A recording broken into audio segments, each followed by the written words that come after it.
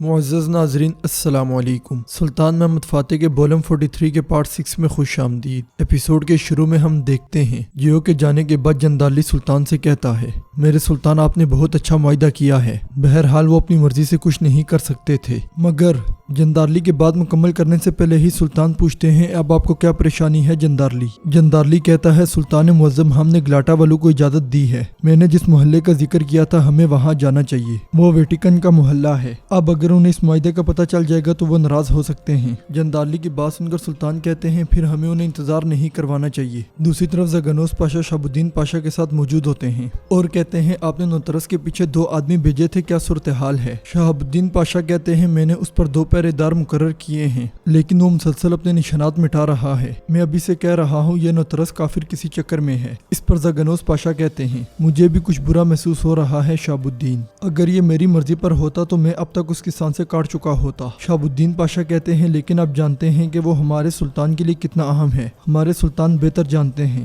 ادھر سلطان جندارلی کے ساتھ آگے بڑھتے ہوئے اس مقام پر آتے ہیں جہاں دوغان جنسیری سپاہیوں کے ساتھ موجود ہوتا ہے۔ سلطان جنسیری سپاہیوں کی جانب دیکھتے ہوئے دوغان سے پوچھتے ہیں دوغان کیا یہ زیادہ سپاہی نہیں ہے؟ دوغان کہتا ہے سلطان ان میں سے کچھ پہلے ہی روانہ ہو جائیں گے، راستے کی حفاظت کو یقینی بنانا ضروری ہے۔ یہ سن کر جندارلی کہتا ہے سلطان معظم معذرت، مگر جس طرح آپ عوام پر بھروسہ کرنا چاہتے ہیں عوام بھی آپ پر بھروسہ کرنا چاہتی ہے۔ میرا کہنے کا مطلب یہ ہے کہ اگر ہم اس ہجوم کے ساتھ جائیں گے تو ہم ان کو بھروسہ نہیں جیت سکتے۔ جندارلی کی بات سن کر دوغان کہتا ہے یہ جگہ پیا تخت نہیں ہے پاشا، ہم اس شہر سے ابھی واقف ہو رہے ہیں۔ ساری بات سننے کے بعد سلطان کہتے ہیں جندارلی حق بجانب ہے، تم یہیں رہو۔ دوغان کچھ بولنے لگتا ہے مگر سلطان اسے روک کر وہاں سے آگے بڑھ جاتے ہیں اور دوغان پریشانی سے سلطان کی جانب دیکھنے لگ جاتا ہے۔ دوسری طرف بالی بے کمرے میں بیٹھے ہوتے ہیں، اسی دوران وہاں سلطوق آتا ہے۔ سلطوق کو دیکھ کر بالی بے اسے اپنے پاس بٹھا لیتے ہیں، پھر کہتے ہیں علاقے کی جانچ پڑتال کے دوران اس عالی مرتبت کی قبر کو دیکھتے ہوئے حسن میرے دماغ میں آ گیا، میں پہلے اداس ہوا پھر وہاں سے آ گیا۔ سلطوق کہتا ہے بالکل حضور، بالکل آپ وہاں نہیں تھے، یہ اچھا ہوا کہ آپ وہاں نہیں تھے۔ حضور مجھے غلط مت سمجھے، لیکن اگر آپ ہمارے بھائی کو اس حالت میں دیکھتے تو آپ کا دل جل رہا ہوتا۔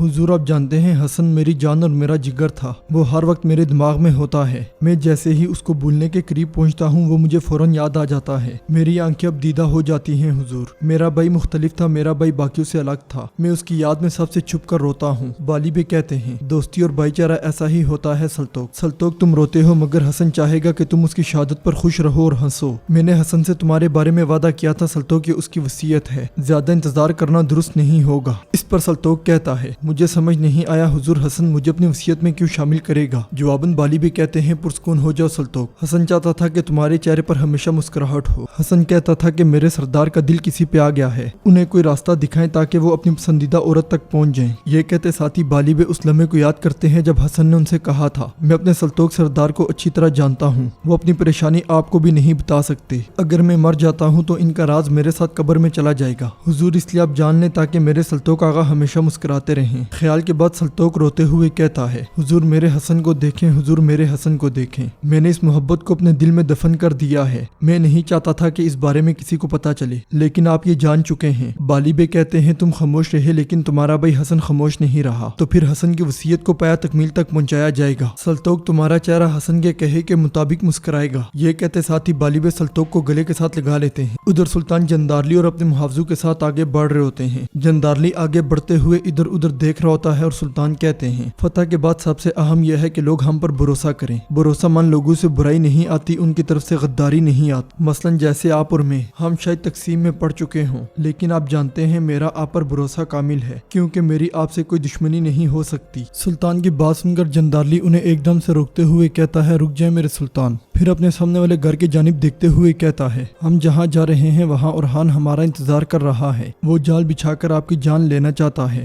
یہ سنتے ساتھ ہی سلطان کے محافظ ان کے آس پاس آ کر کھڑے ہو جاتے ہیں۔ سلطان پوچھتے ہیں کیا تم مجھے موت کی طرف لے کر جا رہے ہو؟ جندارلی کہتا ہے سلطان معظم ہم اپنا راستہ نہیں چھوڑتے۔ سلطان پوچھتے ہیں اورحان کہاں ہے؟ مجھے بتاؤ اورحان کہاں ہے؟ اس پر جندارلی اپنے سامنے موجود گھر کی طرف اشارہ کرتا ہے۔ جندارلی کے اشارہ کرتے ساتھ ہی سلطان کے محافظ آگے بڑھتے ہیں اور گھر کا دروازہ کھول دیتے دیتے ہیں۔ دروازہ کھلتے ساتھ ہی سلطان آگے بڑھ کر گھر میں داخل ہو جاتے ہیں۔ دوسری طرف قسطنطنیہ کو چھوڑ کر جانے والے پادری اور لوگ بحری جہاز پر موجود ہوتے ہیں۔ گنادیوس انہیں رخصت کرتے ہوئے کہتا ہے، مت بھولنا کہ سب کچھ کے باوجود قسطنطنیہ آرتھوڈوکس کا شہر ہے، مت بھولنا کہ یہ تمہارا گھر ہے، خداوند تمہارا مددگار ہو۔ اس پر ایک پادری کہتا ہے، خداوند تمہارا مددگار ہو، دشمن کے زیر سایہ تم ہو گنادیوس۔ یہ کہتے ساتھی پادری اپنے ساتھیوں کو لے کر جہاز کی جانب بڑھ جاتا ہے۔ ادھر سلطان جندارلی سے پوچھتے ہیں وہ لوگ کہاں ہیں، یہاں کوئی نہیں ہے۔ جندارلی پریشان ہوتے ہوئے کہتا ہے، واللہ سلطان معظم سارا منصوبہ نطرس نے ترتیب دیا ہے، میں تھوڑا اور انتظار کرنے کے بعد آپ کو سب کچھ دکھانا چاہتا تھا۔ یہ سن کر سلطان نطرس کو آواز دیتے ہیں تو نطرس اوپر والی منزل سے نیچے آ جاتا ہے۔ نطرس کو دیکھ کر جندارلی بہت زیادہ پریشان ہو جاتا ہے۔ پھر سلطان اس لمحے کو یاد کرتے ہیں جب سلطان کے محافظوں نے نطرس کو پکڑ کر سلطان کے سامنے پیش کیا تھا۔ سلطان نے وہاں موجود علی بے سے پوچھا تھا، غدار اورحان نے ایورانوس اغلوں میں سے کتنی جانیں لی ہیں علی صاحب؟ جواباً علی بے نے کہا تھا 5 جانیں، سب نے میرے بازو میں اپنی زندگیاں دی ہیں۔ پھر بالی بے سے پوچھا تھا اور ملکوچ اغلوں میں سے کتنوں کی جانیں لی ہیں بالی صاحب؟ جواباً بالی بے نے کہا تھا حسن کے بعد میں نے شمار نہیں کیا سلطان معظم، حسن کی موت کے بعد میری واحد گنتی انتقام کے لیے کتنا وقت باقی ہے اس کے لیے رہی ہے۔ بالی بے اور علی بے کی بات سننے کے بعد سلطان نے نطرس سے پوچھا تھا اورحان کتا کہاں ہے؟ جواباً نطرس نے کہا تھا میں نے اس کے چھپنے کی جگہ ابھی پتہ لگائی ہے جناب، آپ چاہیں تو اسے مردہ یا آپ چاہیں تو میں اسے زندہ یہاں لا سکتا ہوں۔ سلطان نے کہا تھا وہ مرنے سے پہلے ایک آخری بار میری خدمت کرے گا، اب اپنے کان کھول کر اچھی طرح سنو۔ پھر سلطان نے نطرس کے ساتھ مل کر جندارلی کی وفاداری جانچنے کا منصوبہ بنایا تھا۔ یہ خیال آتے ہی سلطان کہتے ہیں یہاں تم مجھے مارنے کے لیے لائے ہو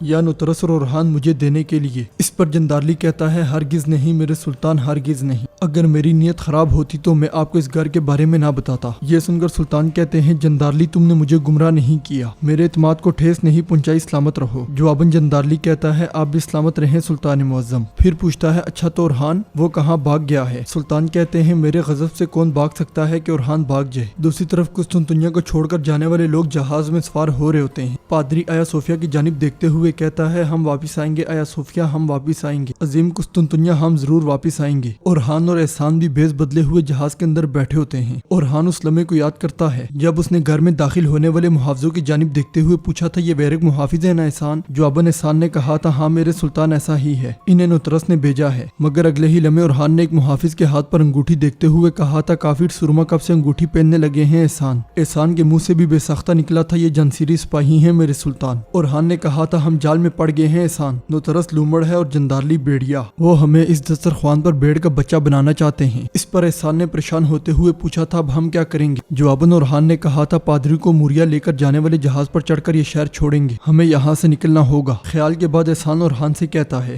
ہمیں اگر اندازہ نہ ہوا ہوتا تو ہم بہت پہلے پکڑے جا چکے ہوتے سلطان۔ اس پر اورحان کہتا ہے ایسے ہی ہے ایسے ہی ہے، ہم ذرا پہلے بحفاظت موریا پہنچ جائیں، وہاں کے قبائلی سرداران کو اپنے آس پاس جمع کر کے آئندہ بہار کے موسم میں ہم پھر سے یہاں آئیں گے۔ اورحان کی بات سن کر بیس بدلے وہاں موجود بہادر بے پیچھے مڑتے ہوئے کہتے ہیں اب تمہارے لیے کوئی اور بہار نہیں ہے اورحان۔ بہادر بے کو دیکھتے ساتھی اورحان اور احسان ہکے بکے رہ جاتے ہیں۔ احسان حرکت میں آتے ہوئے کہتا ہے سلطان اب بھاگیں سلطان اب بھاگیں۔ اورحان اپنی طرف بڑھنے والے سپاہیوں کو کاٹتا ہوا تیزی سے جہاز کے باہر کی جانب دوڑ لگاتا ہے۔ بہادر بے ایک زوردار وار کر کے احسان کو گھٹنوں کے بل لاتے ہیں اور اگلے ہی وار میں اسے موت کے گھاٹ اتار دیتے ہیں۔ اورحان جیسے ہی جہاز سے باہر نکلتا ہے وہاں ایورانوس اغلو علی بے اور ان کے سپاہی موجود ہوتے ہیں۔ یہ دیکھ کر اورحان جہاز سے نیچے کی جانب بھاگتا ہے مگر آگے سے آنے والا سلطوق اسے ایک زوردار مکر سیدھ کر کے زمین پہ پٹخ دیتا ہے۔ سلطوق کو دیکھ کر غدار اورحان کے منہ سے بے ساختہ نکلتا ہے سلطوق؟ جواباً سلطوق کہتا ہے ہاں سلطوق ہاں سلطوق، غدار کیا تم نے سوچا کہ میں اس بار تمہیں جانے دوں گا؟ یہ کہتے ساتھی وہ اورحان کو ایک زوردار مکر سیدھ کرتے ہوئے کھڑا کر دیتا ہے۔ اورحان کھڑے ہوتے ساتھ ہی سلطوق پہ حملہ کرتا ہے مگر سلطوق اس کی درگت بناتا ہی چلا جاتا ہے۔ اورحان کی زبردست درگت بنانے کے بعد سلطوق اسے مارنے کے لیے جیسے ہی خنجر نکالتا ہے وہاں آنے والے علی بے اس کا ہاتھ پکڑتے ہوئے کہتے ہیں سلطوق یہ ہمارے سلطان کا حق ہے۔ علی بے کا حکم ملتے ہی سلطوق اسے چھوڑ دیتا ہے اور غدار اورحان کہتا ہے حسن واقعی جوان تھا سلطوق، موت کا بائیگی یہ یقینی ہے۔ اورحان کی بات سن کر سلطوق ایک مرتبہ پھر اس پہ ٹوٹ پڑتا ہے۔ ادھر جندارلی سلطان سے کہتا ہے سلطان معظم میں واقعی متجسس ہوں کہ آپ نے میرے ساتھ ایسا کھیل کیوں کھیلا، آپ چاہتے تو صرف ایک حکم سے میری جان لے سکتے تھے۔ سلطان کہتے ہیں میں نے تم سے بہت پہلے امید کھو دی تھی لیکن میں متجسس تھا کہ تم نے مجھ سے امید کھو دی ہے یا نہیں۔ جواباً جندارلی کہتا ہے میں نے اتنے عرصے سے آپ کی جان فشانی سے خدمت کی ہے، میں نے بہت سی غلطیاں کی ہیں لیکن میں نے جو کچھ بھی کیا اپنی روایات کے مطابق ریاست عالیہ کے مفاد میں کیا۔ میں نے ریاست کو اپنی جان سے بھی زیادہ، یہاں تک کہ آپ کی جان سے بھی زیادہ مقدس جانا۔